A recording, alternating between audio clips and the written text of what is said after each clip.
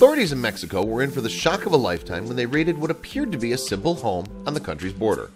They'd received a tip that the house contained a secret smuggler's tunnel, but what they discovered when they investigated the home was truly shocking.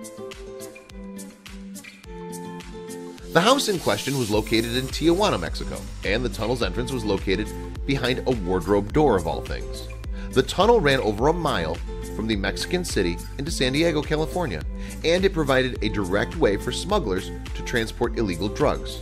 However, the tunnel entrance was so small that it left authorities baffled. How the heck did these smugglers get away with their illegal activities?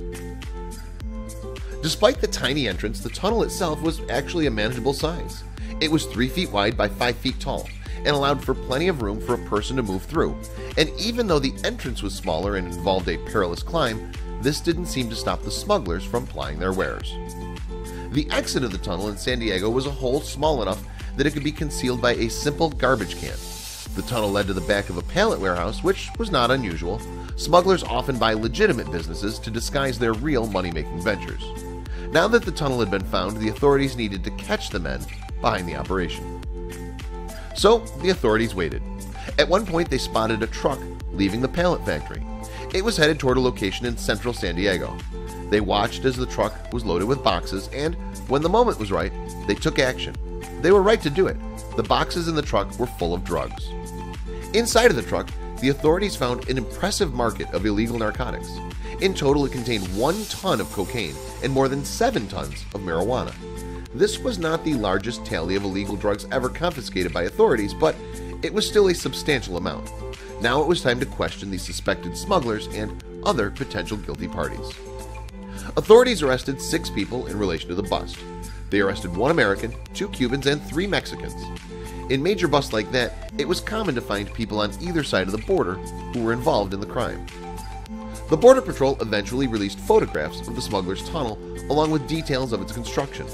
Authorities could not believe just how elaborate the tunnel really was.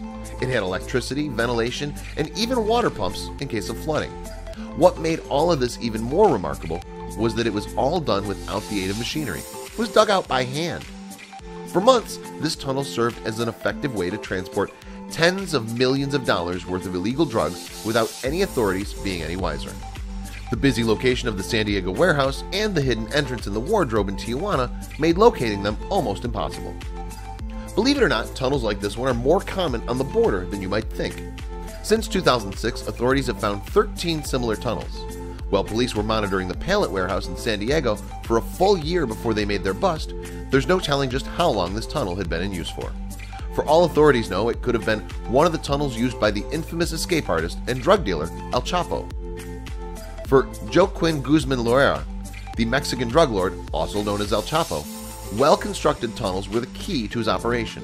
In 2014, authorities released photographs of the tunnels he used to escape from his many hideouts. They were nothing short of ingenious. El Chapo and his men were so skilled at making these tunnels that he was even able to escape his prison cell using one. El Chapo escaped prison through a tiny hole hidden within his shower cell.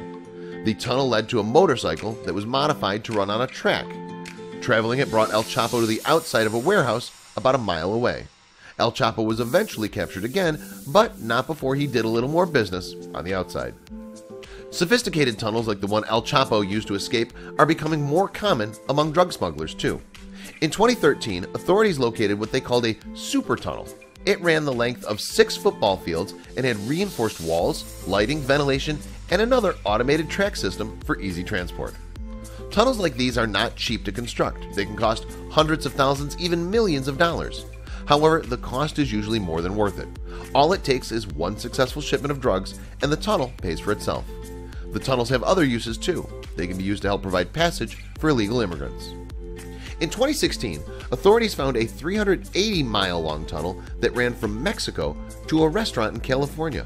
The tunnel was large enough in size that people trying to flee Mexico could have made it through, theoretically. Immigrants using these tunnels could be transporting drugs in exchange for their passage. Authorities have discovered 115 tunnels connecting Mexico and the United States since 1990. Only 11 of these tunnels were discovered prior to the attacks on September 11, 2001.